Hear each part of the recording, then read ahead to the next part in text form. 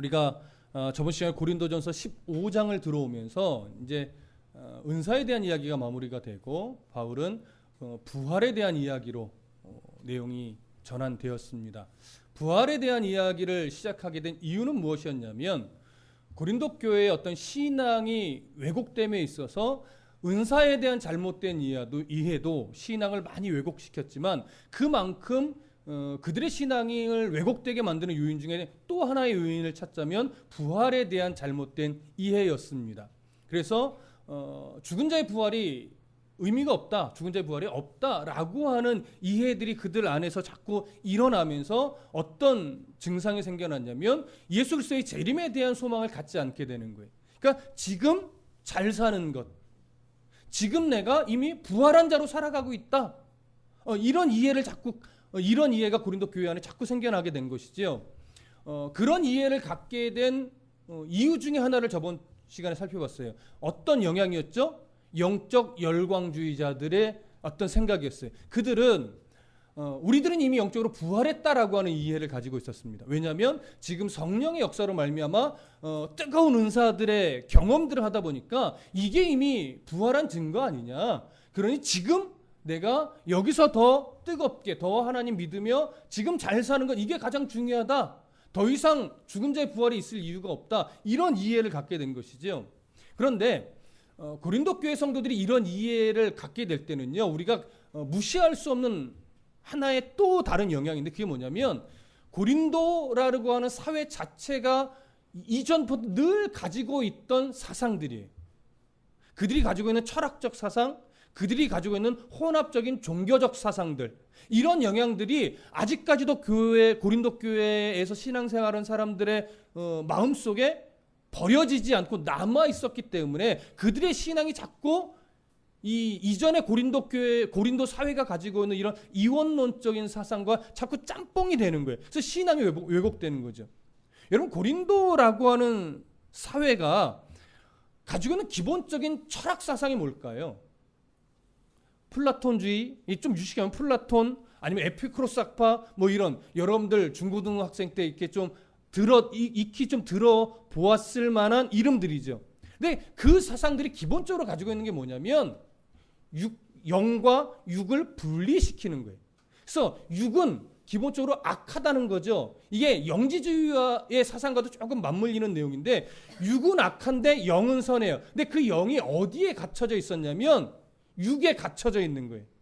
그래서 육이 죽고 영이 부활하는 거죠. 그래서 영이 해방되는 것 자체, 이게 부활로 여기는 거예요. 그러니까 육이 죽어서 영이 부활했는데 더 이상 또 다른 육의 부활이 있을 필요가 없는 거죠. 육이 또 부활한다는 얘기는 그들의 이해 속에서는 뭐냐면 또 다시 이 거룩한 선한 영이 악한 육에 뭐 하는 거예요? 갇히는 거예요. 그러니까 육의 부활은 그들의 어떤 철학적인 사상 속에서는 말도 안 되는 거예요. 왜 선한 영이 아름답게 육에서 해방되어 부활했는데 또 그 육에 가두려고 그래? 이런 이해가 되니까 육체의 부활이 그들에게는 의미가 없게 되는 거죠. 또 그들의 혼합주의적인 어떤 종교적 사상 안에도요, 육의 부활을 원하지 않아요. 왜냐하면 그들에게 있어서 종교적 어떤 목적은 뭐냐면 신을 통해서 지금 잘 사는 거예요. 신에게 기도하고 신에게 열심을 다하고 신에게 제물을 바치고 하면서 추구하는 목적은 이 다음 생애의 어떠함이 아니라 지금 복을 받고 지금 잘 되고 지금 부자 되고, 이것이 그들의 종교의 모든 목적입니다. 그러니까 이 다음 생에 육체가 부활하는 게 그들에게 의미가 있어요, 없어요? 없는 거죠. 근데 이러한 사상을 갖고 일평생을 살아왔던 고린도의 성도들이 바울의 복음을 듣고 그럴 수도 있겠네 하고 복음을 받아들이게 됐던 거예요. 근데 바울이 한 1년 넘게 고린도에서 복음을 가르치고 신앙을 가르치는데 그 1년여 넘게 바울과 함께 신앙을 배웠지만 그들의 어떤 일평생 가지고 있던 이런 생각들, 이런 사상들이 뿌리가 뽑히면 좋았는데 뿌리가 뽑히지 않은 거예요. 그런 상태에서 바울이 이제 다른 곳으로 옮겨가니까 그들 안에 있던 이런 사상들이 신앙 안에서 자꾸 이렇게 꾸물꾸물 올라오게 되니까 점차 어디까지 가요? 뭐 육체의 부활이 굳이 필요 있어? 이런 단계까지 가버리는 거죠.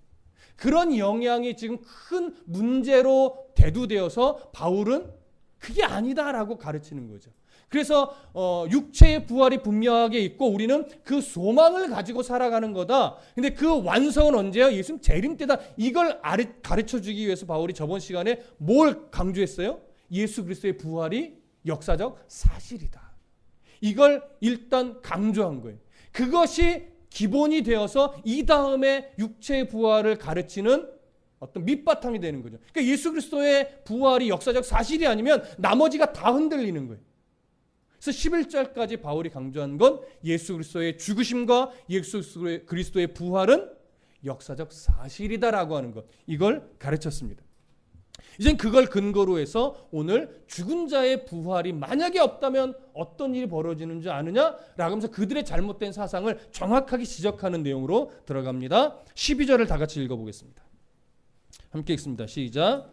그리스도께서 죽은 자 가운데서 다시 살아나셨다 전파되었거늘 너희 중에 어떤 사람들은 어찌하여 죽은 자 가운데서 부활이 없다 하느냐. 자, 저를 보세요. 고린도 교회 성도들은 이미 육체의 부활에 대한 어떤 소망이나 이런 것이 없이 살아가는 상태에서 복음을 듣고 그것이 옳다라고 여기서 말하자면 개종을 한 자들이에요. 기독교로 개종을 한 자들이에요.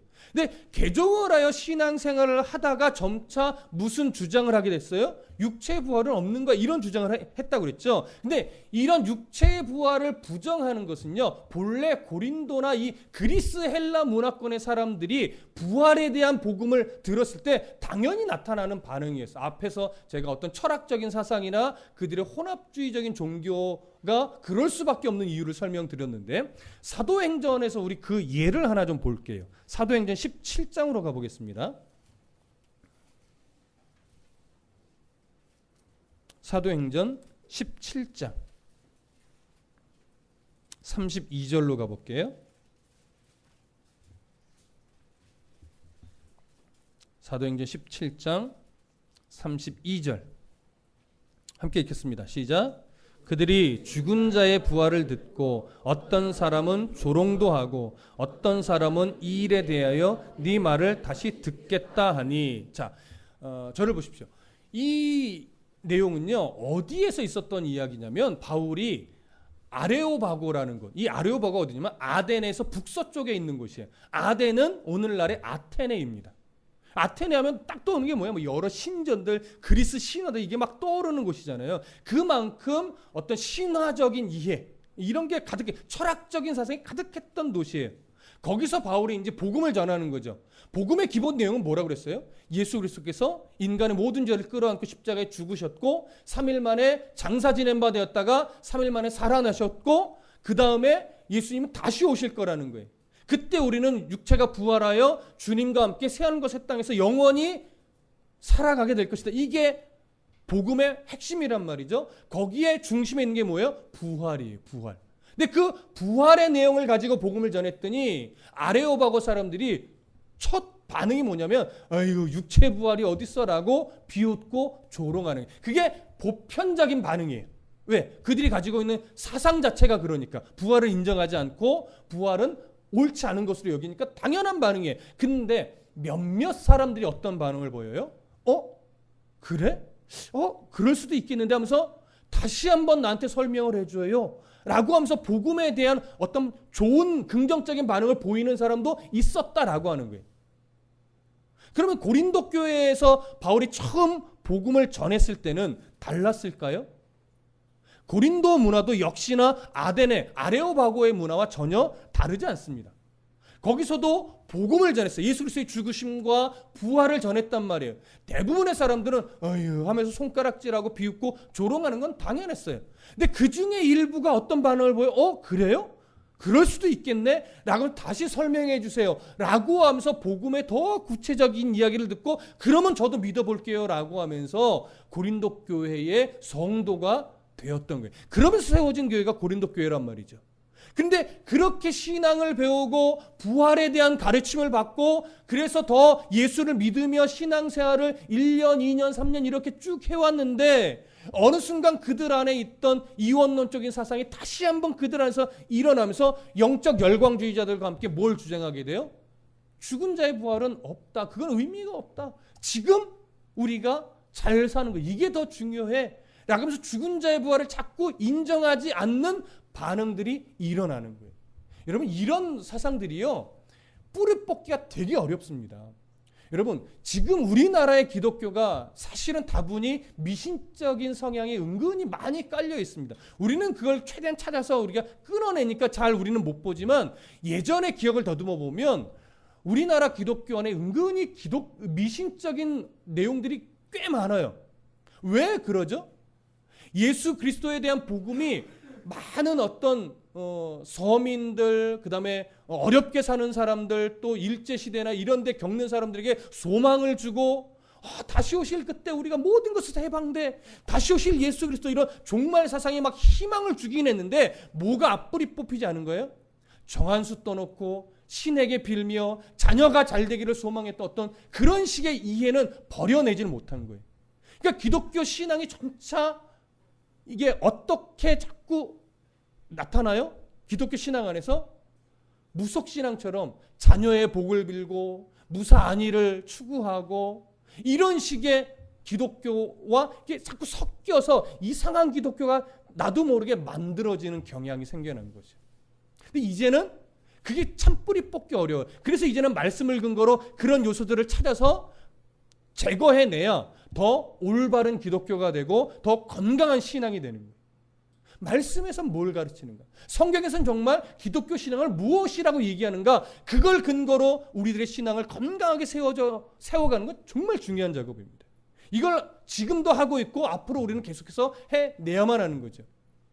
그런 이해 속에서 자꾸 죽은 자의 부활이 없다라고 하는 소리가 일어나니까 바울이 이제 말하자면 변증을 하는 건데 그래? 그러면 예수 그리스도의 부활이 우리가 역사적인 사실인 거 너희들이 앞에서 들었지? 그러면 이제 내가 다시 이야기를 할게. 죽은 자들의 부활이 없다면 어떤 결과가 생기는지 아느냐? 하면서 죽은 자의 부활이 없다면 가정하는 거죠. 그러면 이제 이렇게 되는 거야 라고 그들의 잘못된 이해를 지적합니다.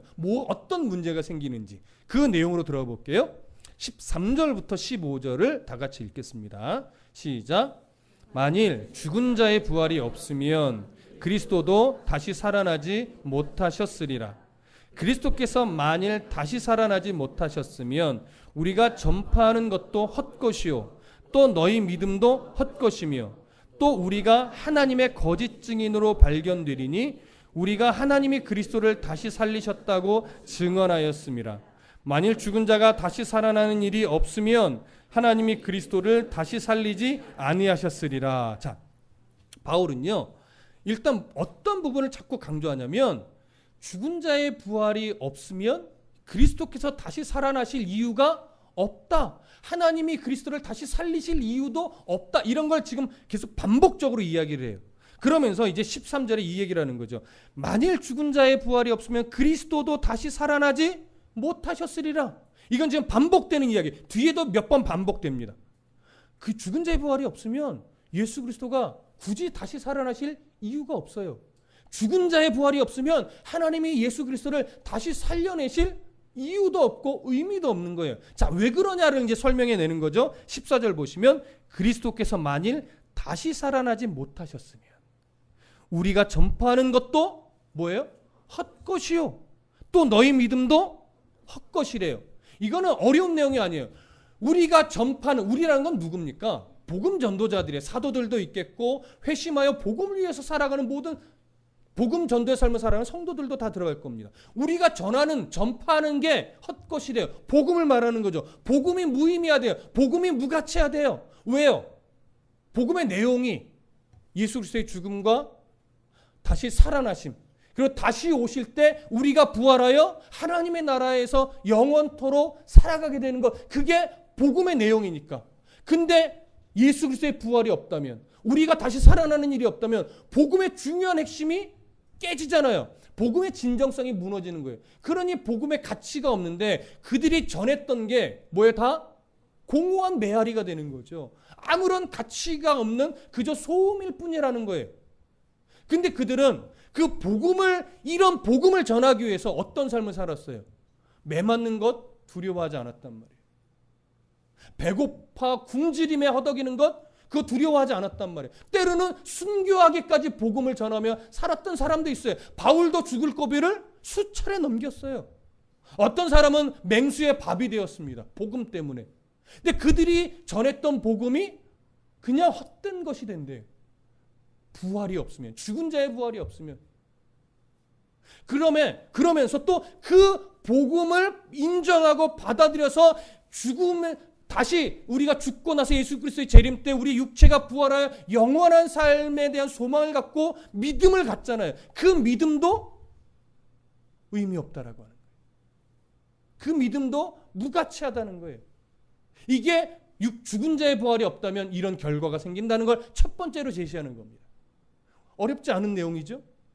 그 다음에 이어지는 또 내용을 볼까요? 15절 여기도 어렵진 않습니다.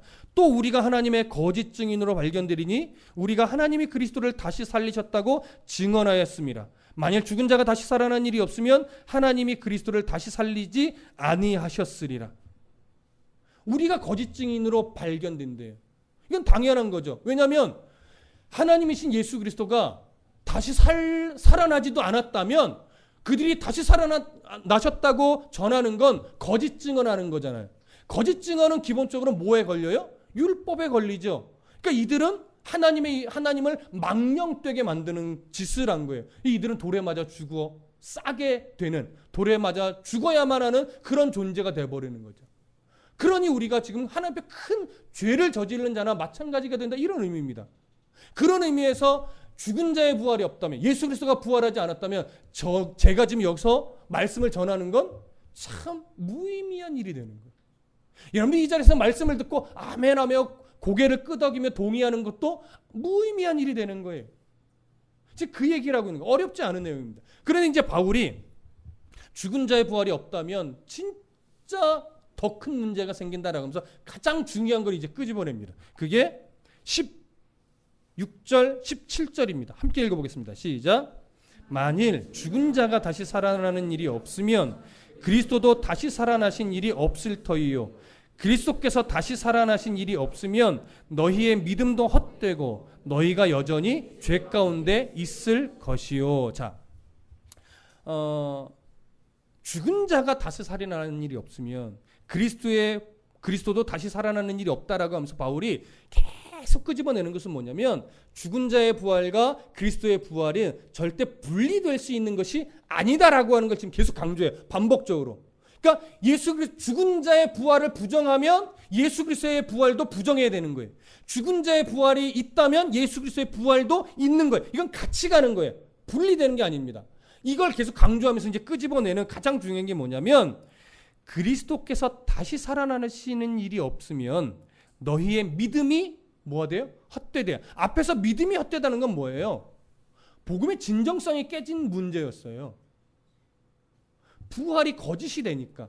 근데 여기서 믿음도 헛되다고 하는 것은요, 그것과 함께 더 중요한 부분을 하나 딱 꼬집는 거예요. 어떤 믿음이 헛될까요? 우리가 예수를 믿는 근본적인 이유가 뭡니까? 두 가지죠. 첫 번째는 죄 문제고요. 두 번째 영원한 삶에 대한 문제. 죄 문제는 뭐예요? 왜 우리가 영원히 살 것이라고 하는 소망을 갖게 되어 믿음의 내용으로? 우리가 죄 용서 받았다라고 하는 그 사실 때문에 그러는 거예요. 유대인들은 이미 아담의 범죄 이후로 우리는 죄인으로서 살아가고 있는 이해를 갖고 있잖아요. 근데 그 부분이 어디서 해결되는 거예요? 예수 그리스도의 십자가의 죽음의 문제로 해결이 되는 거예요. 이걸 믿음으로 받아들이니까 뭐에 대한 소망까지 갈 수 있어요? 예수님이 재림하실 때 우리가 하나님 나라에서 영원히 살 수 있다는 이해도 같이 가지게 되는 거예요. 근데 뭐가 깨져요? 예수 그리스도의 부활이 없으면 죄 문제, 죄 용서함 받았다라고 하는 이 부분이 해결이 안 된 상태가 되는 거예요. 그러니까 믿음이 헛되죠. 무슨 말씀 이해되세요? 그래서 바울이 그 다음에 끄집어내는 게 뭐냐면 믿음도 헛되고 너희가 여전히 어디에 있어요? 죄 가운데 있을 것이다 라고 하는 거죠. 이건 우리가 계속 제가 반복적으로 말씀을 드린 겁니다. 왜 예수 그리스도의 죽음이 우리의 죄 문제와 딱 연결이 됩니까? 예수 그리스도는요 그냥 죽은 게 아니에요. 모든 사람의 죄를 끌어안고 희생 제물로서 죽은 겁니다. 희생 제물로서. 그러면 희생 제물로서 죽은 것으로 끝나지 않고 또 예수님은 희생 제물이면서 또 뭐예요? 대제사장의 위치란 말이에요. 그러니까 대제사장으로서는 어떻게 해야 되냐면 이제 우리의 죄를 끌어안고 희생제물이 되어 죽은 다음에 그 죽음의 권세, 우리의 죄의 결과는 죽음이란 것으로 드러나는 거니까 그 죽음의 권세를 깨고 대제사장의 자격으로 뭐 해야 돼요? 다시 살아나야 돼요. 부활하셔야 돼요. 그럼 그 부활이 뭐에 대한 증거냐면 우리의 죄가 용서받았음에 대한 확증이란 말이에요. 그 확증을 가지고 예수님은 뭐 하겠다 그랬어요? 내가 다시 오실 것이다 라는 말씀을 남겨주시고 승천하신 거죠. 그 다시 오실 때 우리는 어떤 소망을 갖는 거예요? 그 부활하신 예수님처럼 우리의 죽은 몸도 부활하여 하나님 나라에서 영원히 살아가게 될 거라고 하는 소망, 그 소망 때문에 오늘의 삶을 견디어내고 그 소망 때문에 오늘의 불편함을 기꺼이 이겨내며 이 땅에서의 삶의 모든 인생의 목적을 두지 않고 기꺼이 나그네처럼 살아가기를 주저하지 않게 된 거란 말이죠. 근데 이게 깨져버리는 거예요. 그래서 이 모델을 우리는 구약에서 구약의 제사법에서 우리는 확인했었단 말이에요. 왜? 그게 예수 그리스도의 죽음에 대한 모델이었으니까. 구약의 제사는 특히 1년에 한 번 드리는 대속죄일은 이스라엘의 모든 백성들의 죄를 끌어안고 누가 대신 죽습니까? 네, 짐승이 대신 죽는 거예요. 그래서 그 모든 죄를 대속하는 죽음을 주고 피를 흘리게 되고 그 피를 대제사장이 대신 받아서 어디로 들어가요? 속죄의 장소인 지성소로 들어가는 거예요. 그래서 언약궤와 하나님 사이를 가로막고 있는 뭐죠? 시은자, 속죄소가 거기 있죠. 그 위에 대속하는 그 피를 뿌려요. 그럼 하나님이 그 피를 받으시고 1년간 이스라엘의 모든 죄를 용서해 주시는데 그 확증을 누가 받는 거냐면 대제사장이 받는 거란 말이에요. 그래서 대제사장은 지성소로 들어갈 때 에봇에 뭐가 달려 있어요? 방울들이 달려 있죠. 그러니까 항상 속죄의 행위를 할 때 딸랑딸랑 소리가 계속 나야만 되는 거예요. 그리고 지성소로 들어갈 때 발목에는 긴 줄을 메고 들어갑니다. 왜? 대제사장 외에는 아무도 지성소에 못 들어가기 때문에. 근데 속죄 행위를 할 때 이 속죄가 올바르지 않으면 대제사장이 대표로 뭐예요? 죽는단 말이에요. 그러니까 방울 소리가 한동안 안 나면 이제 불안해져요. 대제사장이 죽었나? 근데 대제사장이 죽어버리면 어떤 문제가 생겨요? 이스라엘 백성들의 죄가 속죄가 안 되는 거예요.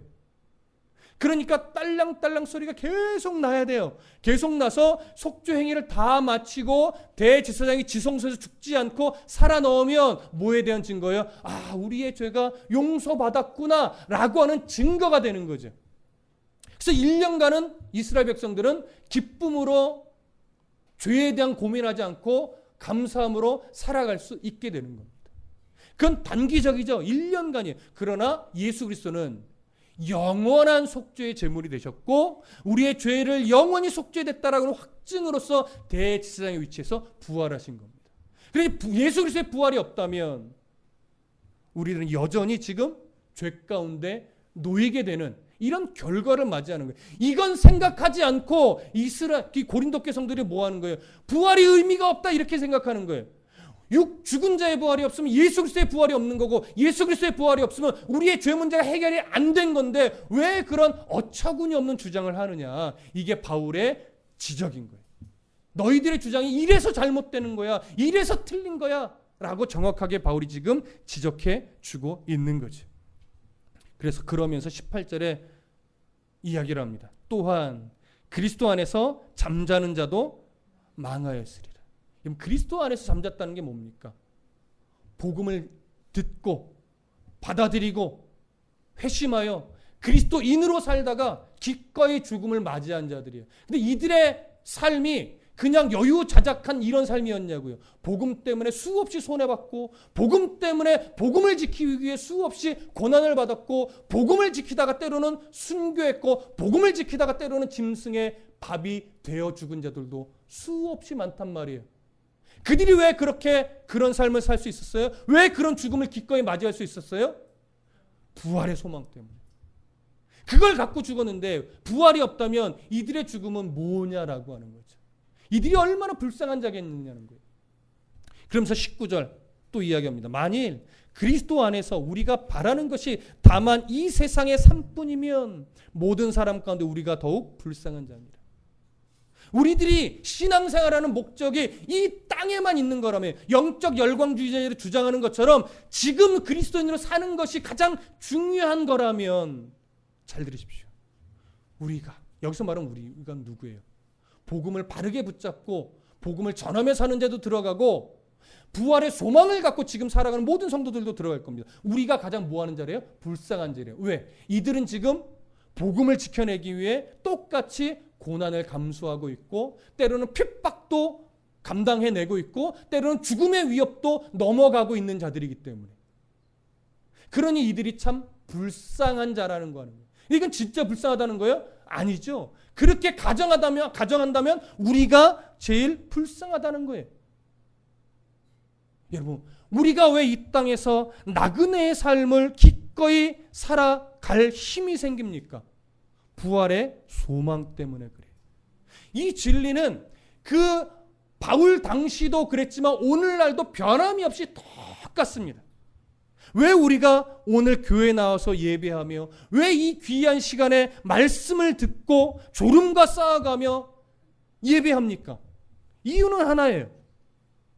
이 땅에서의 삶이 전부가 아니기 때문에 우리에게는 죽음 이후에 다시 오실 예수 그리스도가 이 땅에 재림하실 때 우리의 죽은 육신이 부활하여서 그 예수님과 영원한 삶을 살 것이라고는 기대를 가지고 있고 그것이 우리의 소망이기 때문에 이 시간이 아깝지 않은 거예요. 긴 놀러 가지 않아도 그게 부럽지 않는 거예요. 남들 좋은 차 타고 좋은 집에 살고 예수 없이 떵떵거리며 사는 게 우리는 별로 부럽지 않은 거예요. 왜? 우리는 떵떵거리지 못해도 예수가 있거든요. 우리는 막 여유 있는 막 넉넉한 삶이 아니어도 우리에게는 예수 부활 때 함께 부활하여 영원히 복된 삶을 살 것에 대한 소망이 있기 때문에 그렇습니다. 여러분, 이 땅에서의 삶이 정말 전부라면 죽음 이후라는 게 별 의미가 없는 거라면 여러분, 교회는요 아쉬울 때만 나오셔도 돼요. 무슨 말씀인지 아시겠습니까? 예수 믿는 것이 그냥 이 땅에서 잘 사는 것이 내용이고 전부라면 여러분 무언가 좀 하나님께 도움을 구할 일이 생길 때만 그때만 교회 나오셔도 돼요. 예수 믿기 때문에 뭔가를 양보할 필요도 없습니다.